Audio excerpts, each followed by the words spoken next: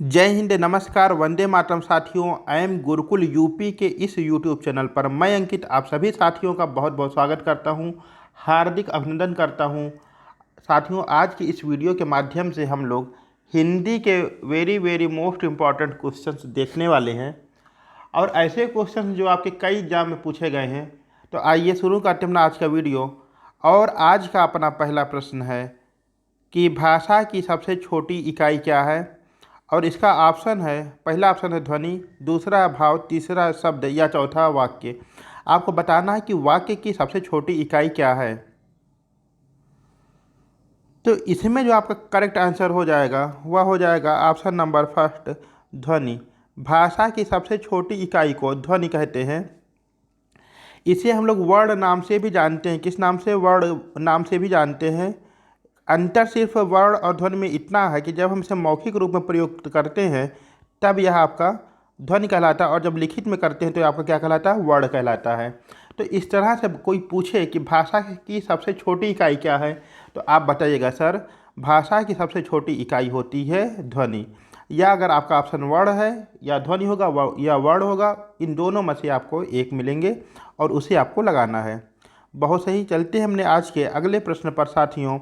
और अगला प्रश्न आपका कह रहा है कि बहराइच, सुल्तानपुर, रायबरेली किस बोली के क्षेत्र हैं। आपको बताना है कि बहराइच, सुल्तानपुर, रायबरेली हिंदी के किस उपबोली के क्षेत्र के अंतर्गत आते हैं। ऑप्शन नंबर पहला है आपका छत्तीसगढ़ी, ऑप्शन नंबर दूसरा है आपका बघेली, या ऑप्शन नंबर तीसरा है आपका ब्रज, या ऑप्शन नंबर चौथा है आपका अवधी। तो यहाँ साथियों याद रखिएगा, जो आपका करेक्ट आंसर हो जाएगा ऑप्शन नंबर डी, यानी कि अवधी क्षेत्र के अंतर्गत ये आपके आते हैं। और अगर कोई पूछे कि अवधी भाषा में सर्वोत्तम कृति कौन सी है, तो याद रखिएगा एक है आपकी कौन सी? रामचरितमानस। रामचरितमानस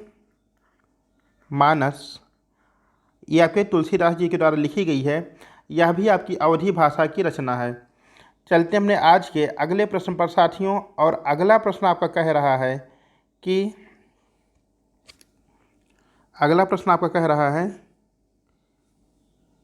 पूस की रात के लेखक कौन है। बहुत ही अच्छी कहानी, बहुत ही इंटरेस्टिंग कहानी, एक बार आप लोग जरूर पढ़िएगा।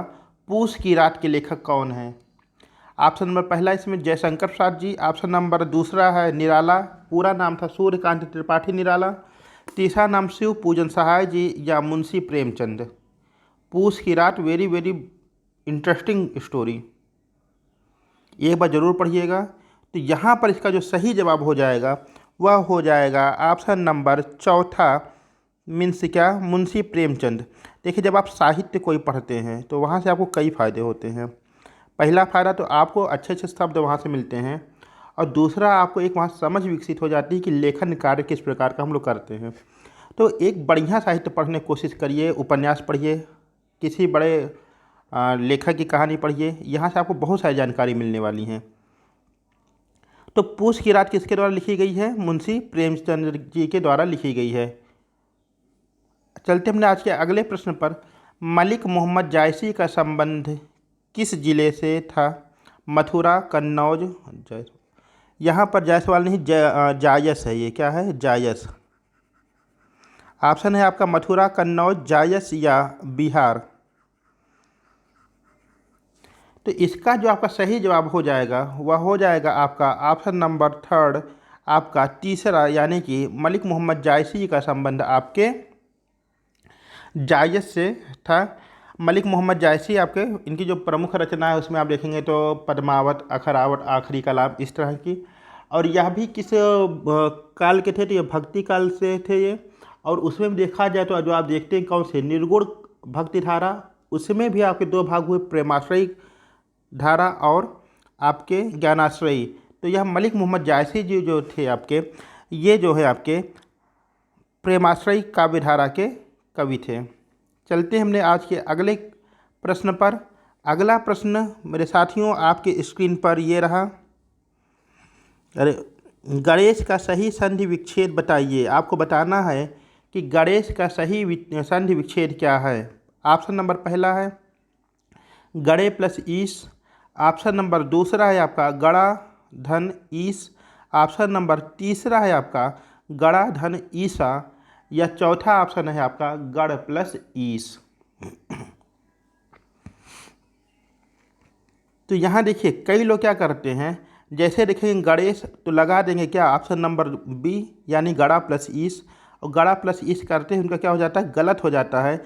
इसे भूल कर भी गड़ा प्लस ईस मत करिएगा, यह होता है क्या गढ़ प्लस ईस। गढ़ मतलब क्या होता है, समूह, और जो समूह का भी क्या है भगवान है वो कौन होता है, गणेश होता है। जैसे देखिए कोई भी हम लोग पूजा पाठ हम लोग करते हैं, सबसे पहले किसका पूजन करते हैं, गणेश भगवान का करते हैं, ठीक है। तो यहाँ से याद रखिएगा गणेश का सन्नि विच्छेद क्या है, तो गढ़ प्लस ईस करने पर हमको मिल जाता है गणेश। और कोई पूछे कौन सी संधि है मेरे भाई, तो इसमें याद रखिएगा इसमें है आपकी गुण संधि। कौन सी है, गुण संधि, ठीक है। चलते हैं आप आज के अपने अगले प्रश्न पर। आज का आपका अगला प्रश्न कह रहा है पुरस्कार में कौन सी संधि है। बहुत ही महत्वपूर्ण क्वेश्चन मेरे भाइयों, आपको बताना है कि पुरस्कार में कौन सी संधि है। आपका स्वर संधि है या व्यंजन संधि है या आपकी विसर्ग संधि है। तो इसमें जो आपका करेक्ट आंसर हो जाएगा वह हो जाएगा आपका ऑप्शन नंबर थर्ड विसर्ग संधि। कौन सा, विसर्ग संधि। आपकी पुरस्कार में विसर्ग संधि हो जाएगी। और इसका जब हम संधि विच्छेद करेंगे तो क्या बन जाएगा, पुरः धनकार करने पर आपका बन जाएगा क्या चीज़, पुरस्कार। पुरः प्लस कार करने पर बन जाएगा आपका पुरस्कार, ठीक है। चलते हम आज के अगले प्रश्न पर। और इसी के साथ ही साथ यदि आप लोग इस चैनल पर नए हैं तो चैनल को सब्सक्राइब अवश्य करें और लाइक करके अपने कमेंट बॉक्स में ज़रूर बताएं। आपका अगला क्वेश्चन आपकी स्क्रीन पर ये रहा, कह रहा है राजमहल में कौन सा समास है। ऑप्शन है आपका अव्ययी भाव समास, कर्मधारय समास, द्विगु समास या आपका तत्पुरुष समास। आपको बताना है कि राजमहल में कौन सा समास है।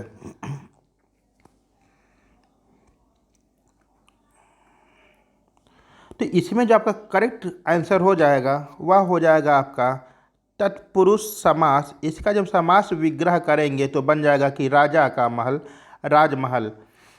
इसमें हो जाएगा आपका तत्पुरुष समास। बहुत बढ़िया। चलते हमने आज के अगले क्वेश्चन पर। अगला प्रश्न कह रहा है किस रस को रसराज कहा जाता है। बहुत अच्छा खूबसूरत सा प्रश्न है आपका कि किस रस को रसराज कहा जाता है। ऑप्शन आपका करुण रस या आपका श्रृंगार रस या आपका वीर रस या आपका विभत्स रस। आपको बताना किस रस को रसराज कहा जाता है। तो यहाँ याद रखिएगा जो आपका श्रृंगार रस है इसको जो है रसराज की संज्ञा दी जाती है। सभी रसों का कौन है, राजा है श्रृंगार रस। और श्रृंगार रस आपका दो भाग में बटा हुआ है, एक संयोग श्रृंगार और एक वियोग श्रृंगार। जब नायक और नायिका का मिलन होता है तो वहाँ पर संयोग श्रृंगार, और जहाँ पर नायक और नायिका आपस में अलग होते हैं, नायक मीन्स हीरो और नायिका मीन्स क्या, हीरोइन। जब नायक और नायिका का आपस में मिलन वहाँ पर संयोग श्रृंगार, जहाँ नायक और नायिका का अलग होना है वहाँ पर कौन सा, वियोग श्रृंगार। ठीक है, बहुत अच्छा। चलते हैं। अच्छा, अगर ये पूछ दे कि श्रृंगार रस के देवता किसे माना जाता है तो श्रृंगार रस के देवता कौन होते हैं मेरे भाई, बताना आप क्या, कामदेव। कामदेव को क्या मानते हैं, श्रृंगार रस के देवता माना जाता है। करुण रस, करुण के देवता किसे माना जाता है, यम को माना जाता है। चलते मेरे भाइयों आज के अपने अगले प्रश्न पर। और अगला खूबसूरत सा प्रश्न आपकी स्क्रीन पर ये रहा, छंद पढ़ते समय आने वाले विराम को क्या कहते हैं, गति, यति, तुक या गढ़। आपको बताना कि छंद पढ़ते समय आने वाले विराम को क्या कहते हैं, क्या उसको गति कहते हैं या यति कहते हैं या तुक कहते हैं या गढ़ कहते हैं। तो देखिए जैसे हम लोग चलते चलते या किसी काम को करते करते आराम की आवश्यकता पड़ती है, हम लोग कुछ देर ठहराव कर लेते हैं या रेस्ट लेते हैं, उसी प्रकार जब हम छंद पढ़ते हैं तो पढ़ते समय भी कहाँ पे उसके विराम हमें लेना पड़ता है। और इस विराम को किस नाम से जानते हैं मेरे भाई, तो विराम को हम लोग जानते हैं यति नाम से। किस नाम से, यति नाम से हम लोग जानते हैं।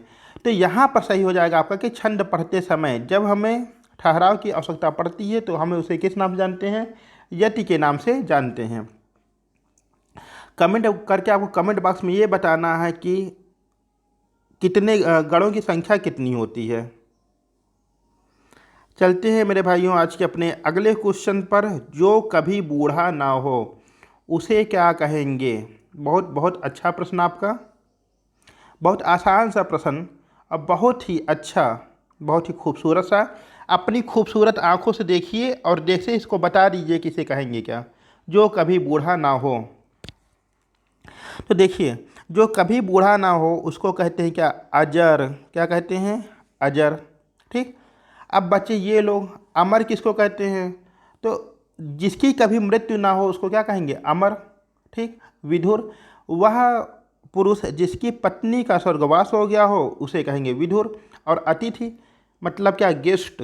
आज के गेस्ट तभी फ़ोन करके आ जाते हैं, पहले इनके क्या बिना बताए आते थे, तो इनको अतिथि कहा जाता है कि जिसके आने की कोई तिथि निश्चित ना हो उसे कहा जाता है अतिथि। और एक इसी फिल्म भी बनी थी, कौन सी, अतिथि कब जाओगे। गजब की पिक्चर भाई साहब। तो जो कभी बूढ़ा ना हो इसके लिए क्या हो जाएगा मेरे भाई, अजर। ठीक। चलते हैं आज के अपने अगले प्रश्न पर। और अगला प्रश्न आप लोग बिल्कुल नज़रों में देखते ही बताइएगा। आहूत का विलोम क्या होता है। ऑप्शन नंबर पहला है आपका पूर्णाहुत, ऑप्शन नंबर दूसरा है आपका अनाहुत, ऑप्शन नंबर तीसरा है आपका अदृश्य, या ऑप्शन नंबर चौथा है आपका वाचाल। ठीक। तो देखिए आहूत मतलब क्या होता है, आहूत मतलब होता है बुलाना, जिसे बुलाया गया हो आहूत। और इसका अपोजिट क्या होगा, अनाहूत, जिसे बुलाया ही ना गया हो, तो इसका हो जाएगा अनाहूत। तो आहूत का विलोम क्या हो जाएगा आपका, अनाहूत हो जाएगा। अदृश्य का अदृश्य हो जाएगा और वाचाल का क्या हो जाएगा, मूक हो जाएगा। गजब। चलते हैं भाई आज के अपने अगले प्रश्न पर। और अगला प्रश्न आपका कह रहा है कि अनुराग का विलोम शब्द क्या होगा। आपको बताना है अनुराग का विलोम क्या होगा। ठीक है। ऑप्शन नंबर पहला है आपका साकार, ऑप्शन नंबर दूसरा है आपका सनाथ, ऑप्शन नंबर तीसरा है आपका प्रवर, या ऑप्शन नंबर चौथा है आपका विराग। तो यहाँ पर मेरे भाइयों जो आपका करेक्ट आंसर हो जाएगा वह हो जाएगा ऑप्शन नंबर डी, विराग। अनुराग का अपोजिट क्या हो जाएगा आपका, विराग हो जाएगा। साकार का विलोम क्या हो जाएगा आपका, निराकार। सनाथ का, सनाथ मतलब क्या, जिसके माता पिता हैं सनाथ। अनाथ मतलब जिसके माँ बाप नहीं, वो क्या है, अनाथ है। अवर का प्रवर। तो अनुराग का क्या हो जाएगा आपका, विराग हो जाएगा। ठीक है। चलते हैं इसी के साथ ही आज के अपने अगले प्रश्न पर। और आपका अगला प्रश्न कह रहा है जीभ की पर्यायवाची निम्नलिखित में से कौन सी है। वचन है, जीव है, ध्वनि है, या रसना है। आपको बताना है कि जीभ है, टंग, टंग का आपको बताना है पर्यायवाची। वचन है, जीव है, ध्वनि है, या रसना है। तो यहाँ पर जो मेरे भाइयों आपका करेक्ट आंसर हो जाएगा, ठीक, वह हो जाएगा क्या आपका ऑप्शन नंबर डी, मीन्स क्या, रसना। रसना आपकी जीभ की पर्यायवाची है, आप जीभ को रसना भी कहते हैं। चलते हैं आज के अपने अगले प्रश्न पर। और अगला प्रश्न आपके स्क्रीन पर ये रहा, धूसर का पर्याय है। आपको बताना है कि धूसर का पर्याय है। ऑप्शन नंबर एक है खनक, ऑप्शन नंबर दो है आपका सदन, ऑप्शन नंबर तीन है आपका बैसर, या ऑप्शन नंबर चार है आपका गजबदन। आपको बताना इसमें से करेक्ट आंसर क्या होगा धूसर का। तो देखिए जो खनक है, खनक किसका होता है आपके, खनक होता है आपके दस्यु का। सदन किसका होता है, घर का होता है, घर, निकेतन, गृह। और गज बदन मतलब क्या, गज मतलब हाथी, हाथी के जैसा बदन किसका है, भगवान गणेश का। तो बचा कौन, ऑप्शन नंबर तीन। ऑप्शन नंबर तीन मतलब क्या, बैसर। और धूसर किसको कहते हैं, गधे को कहते हैं। तो धूसर का पर्याय क्या हो जाएगा आपका, बैसर हो जाएगा। चलते हैं आज के अपने अगले प्रश्न पर। और लास्ट प्रश्न आज का, बुढ़ापा कैसी संज्ञा है। आपको बताना साथियों बुढ़ापा कैसी संज्ञा है। ठीक, क्या वो जातिवाचक है, या व्यक्तिवाचक है, या भाववाचक है, या आपका समूहवाचक संज्ञा है बुढ़ापा। तो देखिए बुढ़ापा क्या है, सबका आना है। और जब सिद्धार्थ यानी गौतम बुद्ध अपने नगर में सैर के लिए जाते हैं तो जो चार ऑब्जेक्ट देखते हैं, चार वस्तुओं को देखते हैं, उसमें से एक बूढ़े व्यक्ति को भी देखते हैं।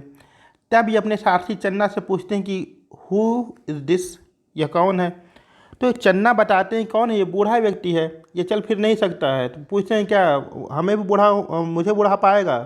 चन्ना बोलते हैं बिल्कुल, यह आपके जीवन की अवस्था है और प्रत्येक व्यक्ति को जिसका भी जन्म होगा उसे जवानी और बुढ़ापा झेलना पड़ेगा।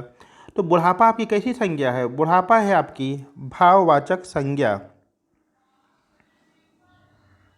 इस तरह से हम लोग हिंदी के आज 15 very very most important questions को देखे हैं और यह सीरीज आपकी अनवरत जारी रहेगी।